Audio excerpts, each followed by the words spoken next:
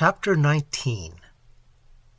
We must not suppose that Clifford's manner and tone were towards Lucy Brandon such as they seemed to others.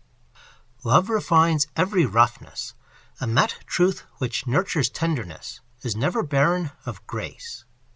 Whatever the habits and comrades of Clifford's life, he had at heart many good and generous qualities. They were not often perceptible, it is true, first because he was of a gay and reckless turn, secondly because he was not easily affected by any external circumstances, and thirdly because he had the policy to affect among his comrades only such qualities as were likely to give him influence with them. Still, however, his better genius broke out whenever an opportunity presented itself. Though no corsair, romantic and unreal, an oceanic shadow, becoming more vast in proportion as it recedes from substance, though no grandly imagined lie to the fair proportions of human nature, but an erring man in a very prosaic and homely world, Clifford still mingled a certain generosity and chivalric spirit of enterprise, even with the practices of his profession. Although the name of Lovett, by which he was chiefly known, was one peculiarly distinguished in the annals of the adventurous, it had never been coupled with rumors of cruelty or outrage, and it was often associated with anecdotes of courage, courtesy, good humor, or forbearance. He was one whom a real love was peculiarly calculated to soften and to redeem. The boldness, the candor, the unselfishness of his temper were components of nature upon which affection invariably takes a strong and deep hold.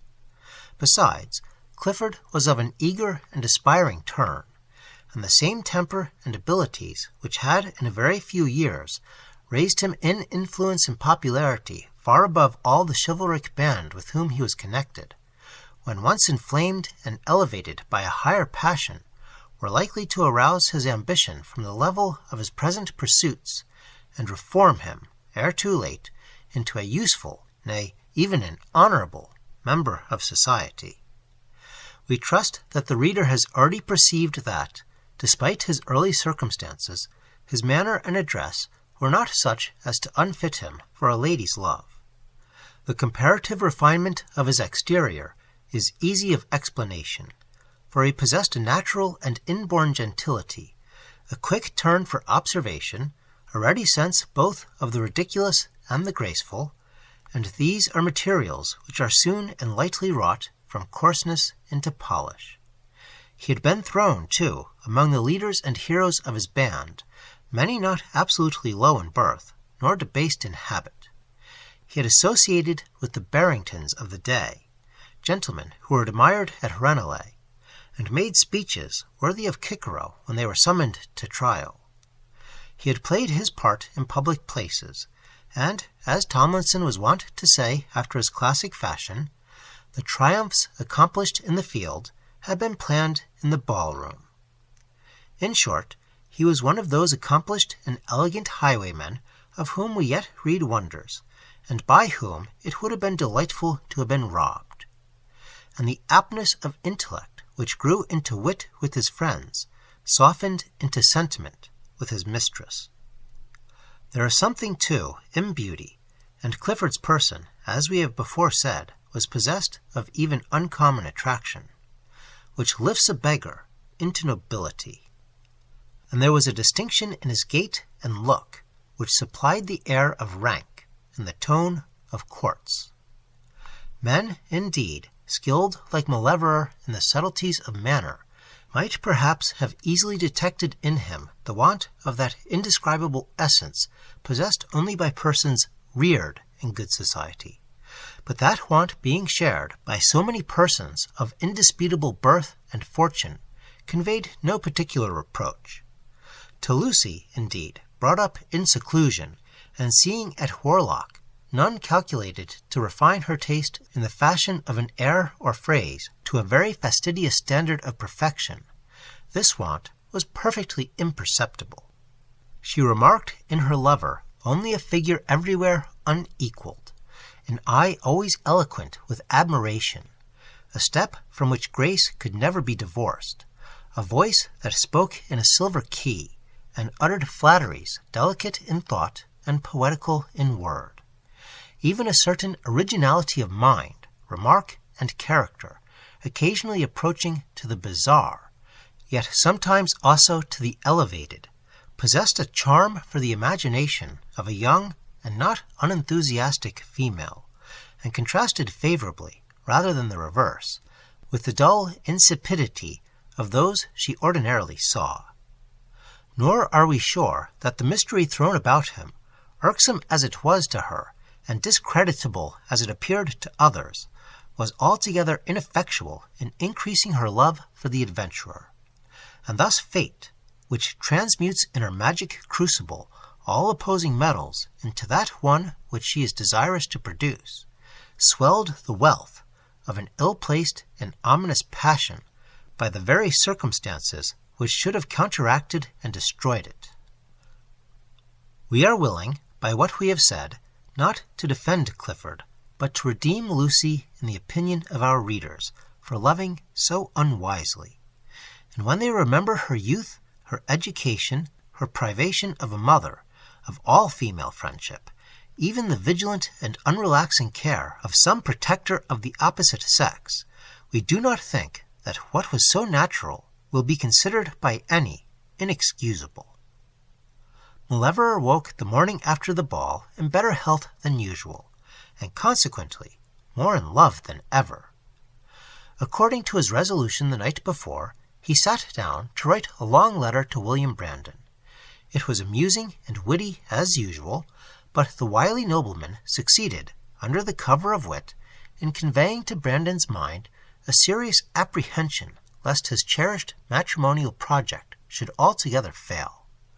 The account of Lucy and of Captain Clifford contained in the epistle instilled, indeed, a double portion of sourness into the professionally acrid mind of the lawyer, and as it so happened that he read the letter just before attending the court upon a case in which he was to counsel to the Crown, the witnesses on the opposite side of the question felt the full effects of the barrister's ill humor.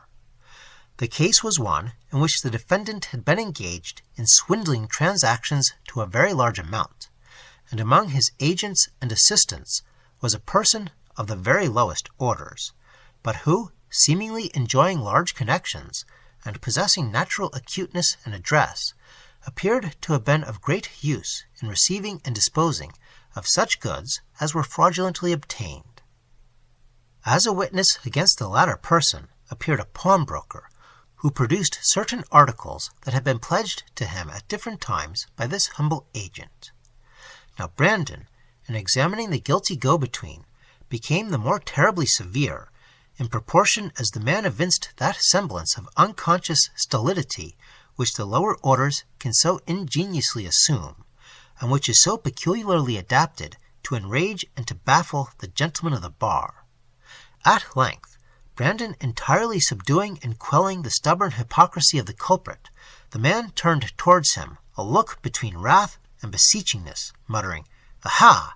If so be, Counsellor Brandon, you know what I knows, you would not go for to bully I so." "And pray, my good fellow, what is it that you know that should make me treat you as if I thought you an honest man?" The witness had now relapsed into sullenness, and only answered by a sort of grunt. Brandon, who knew well how to sting a witness into communicativeness, continued his questioning, till the witness, re-aroused into anger, and it may be into indiscretion, said in a low voice, "Hacks Mr. Swalpham, the pawnbroker, for I sold him on the 15th of February, exactly 23 years ago." Brandon started back, his lips grew white, he clenched his hands with a convulsive spasm, and while all his features seemed distorted with an earnest yet fearful intensity of expectation, he poured forth a volley of questions so incoherent and so irrelevant that he was immediately called to order by his learned brother on the opposite side. Nothing farther could be extracted from the witness. The pawnbroker was resummoned, he appeared somewhat disconcerted by an appeal to his memory so far back as 23 years. But after taking some time to consider, during which the agitation of the usually cold and possessed Brandon was remarkable to all the court, he declared that he recollected no transaction whatsoever with the witness at that time. In vain were all Brandon's efforts to procure a more elucidatory answer. The pawnbroker was impenetrable, and the lawyer was compelled, reluctantly, to dismiss him. The moment the witness left the box, Brandon sank into a gloomy abstraction. He seemed quite to forget the business and the duties of the court, and so negligently did he continue to conclude the case, so purposeless was the rest of his examination and cross-examination, that the cause was entirely marred, and a verdict, not guilty, returned by the jury. The moment he left the court, Brandon repaired to the pawnbroker's, and after a conversation with Mr. Swapham, in which he satisfied that honest tradesman that his object was rather to reward than intimidate, Swapham confessed that 23 years ago the witness had met him at a public house in Devereux Court, in company with 2 other men, and sold him several articles in plate, ornaments, etc. The great bulk of these articles had, of course, long left the pawnbroker's abode, but he still thought a stray trinket or two not of sufficient worth to be reset or remodelled, nor of sufficient fashion to find a ready sale, lingered in his drawers. Eagerly and with trembling hands did Brandon toss over the motley contents of the mahogany reservoirs which the pawnbroker now submitted to his scrutiny. Nothing on earth is so melancholy a prospect as a pawnbroker's drawer. Those little quaint, valueless ornaments, those true lovers' knots, those oval lockets, those battered rings, girdled by initials, or some brief inscription of regard or of grief, what tales of past affections, hopes, and sorrows do they not tell?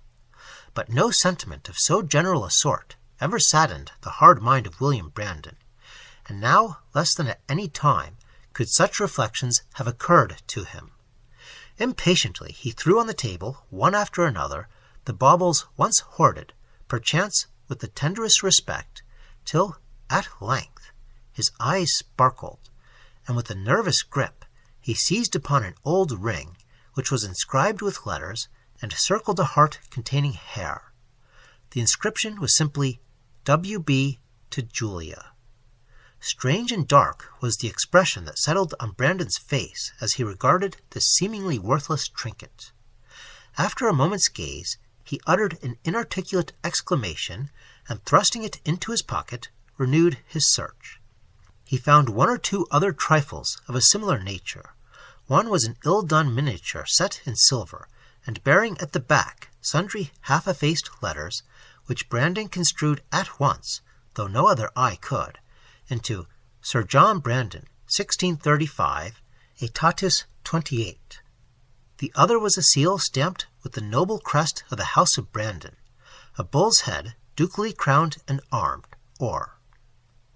As soon as Brandon had possessed himself of these treasures, and arrived at the conviction that the place held no more, he assured the conscientious Swapham of his regard for that person's safety, rewarded him munificently, and went his way to Bow Street for a warrant against the witness who had commended him to the pawnbroker.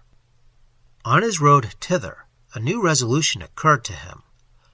"Why make all public," he muttered to himself, "if it can be avoided, and it may be avoided?"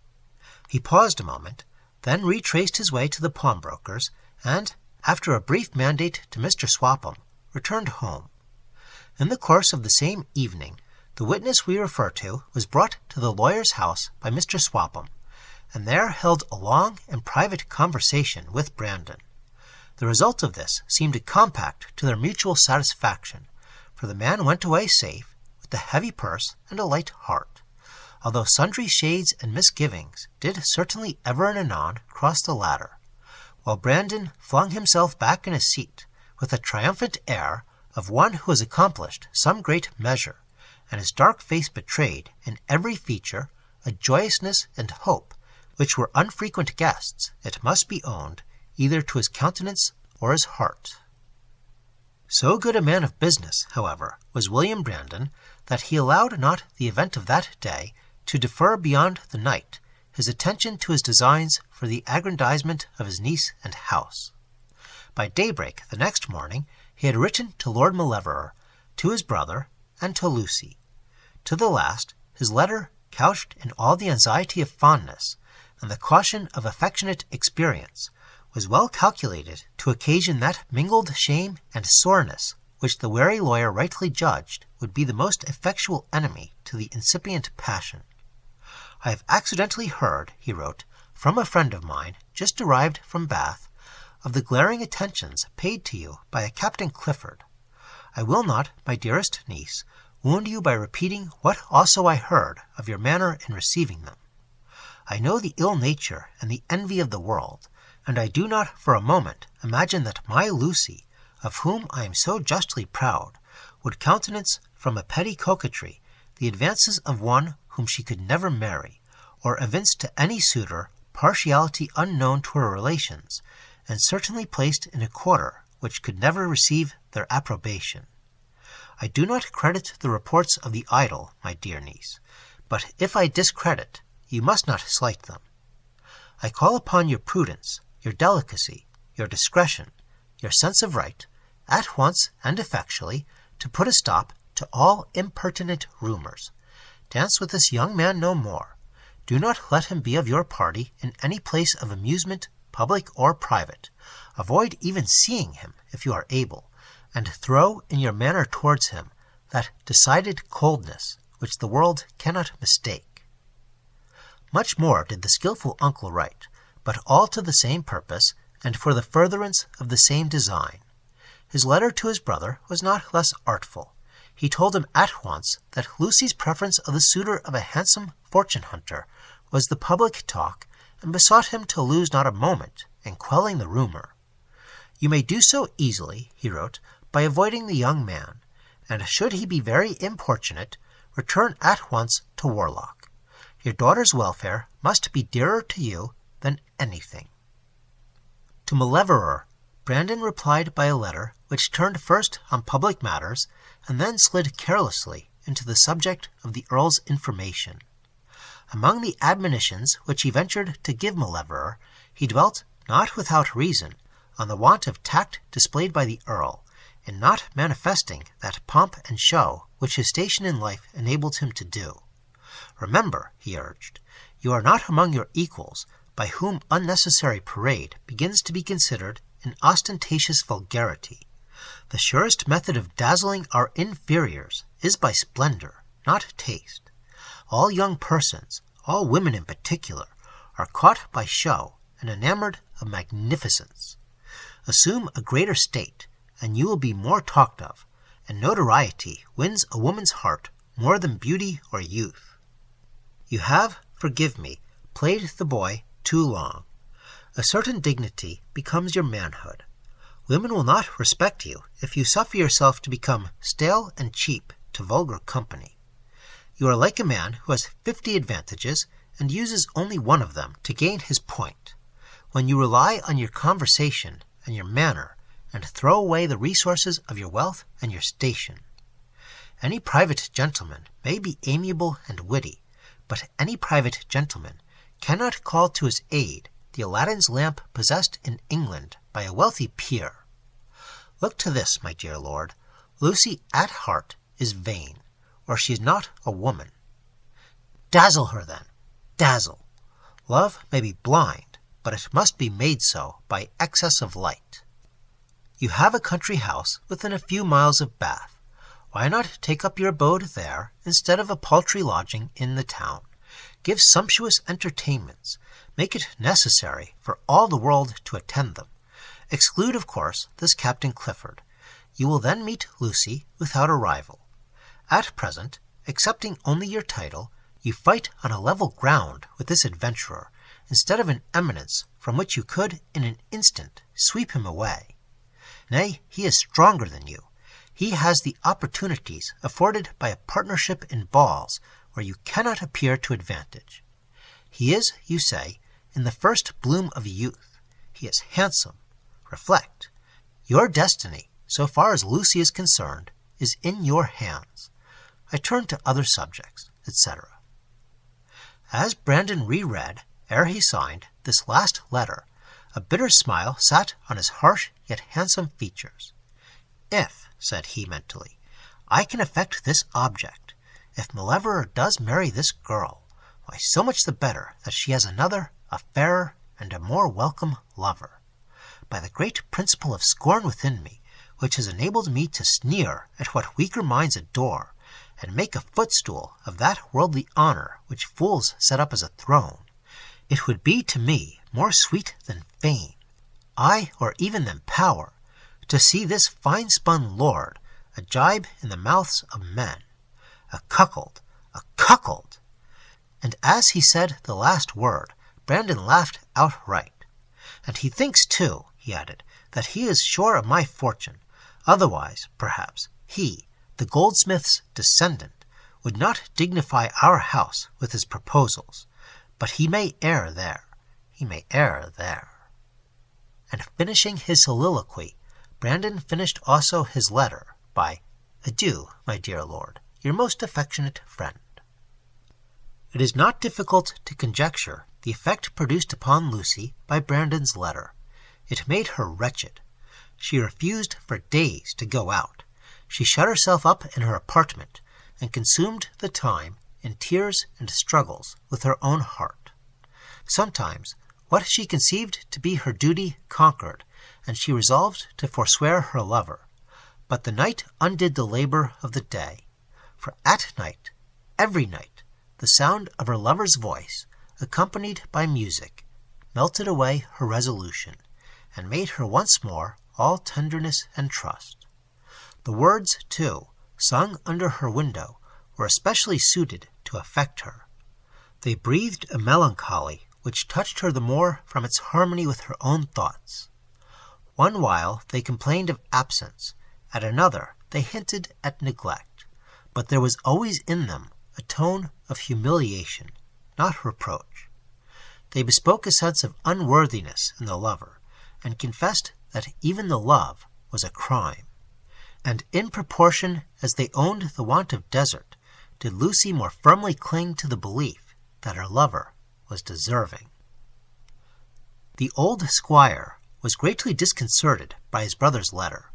Though impressed with the idea of self-consequence and the love of tolerably pure blood common to most country squires, he was by no means ambitious for his daughter. On the contrary, the same feeling which at Warlock had made him choose his companions among the inferior gentry made him averse to the thought of a son-in-law from the peerage. In spite of Malevorer's good nature, the very ease of the Earl annoyed him, and he never felt at home in his society. To Clifford he had a great liking, and having convinced himself that there was nothing to suspect in the young gentleman, he saw no earthly reason why so agreeable a companion should not be an agreeable son-in-law. If he be poor, thought the squire, though he does not seem to be so, Lucy is rich. And this truism appeared to him to answer every objection. Nevertheless, William Brandon possessed a remarkable influence over the weaker mind of his brother, and the squire, though with great reluctance, resolved to adopt his advice. He shut his doors against Clifford, and when he met him in the streets, instead of greeting him with his wonted cordiality, he passed him with a hasty "Good day, Captain," which, after the first day or two, merged into a distant bow. Whenever very good-hearted people are rude, and unjustly so, the rudeness is in the extreme. The squire felt it so irksome to be less familiar than heretofore with Clifford, that his only remaining desire was now to drop him altogether, and to this consummation of acquaintance the gradually cooling salute appeared rapidly approaching. Meanwhile, Clifford, unable to see Lucy, shunned by her father, and obtaining in answer to all inquiry rude looks from the footman, whom nothing but the most resolute command over his muscles prevented him from knocking down, began to feel, perhaps for the first time in his life, that an equivocal character is at least no equivocal misfortune. To add to his distress, the earnings of his previous industry, we use the expression cherished by the wise Tomlinson, waxed gradually less and less beneath the expenses of Bath, and the murmuring voices of his two comrades began already to reproach their chief for his inglorious idleness, and to hint at the necessity of a speedy exertion.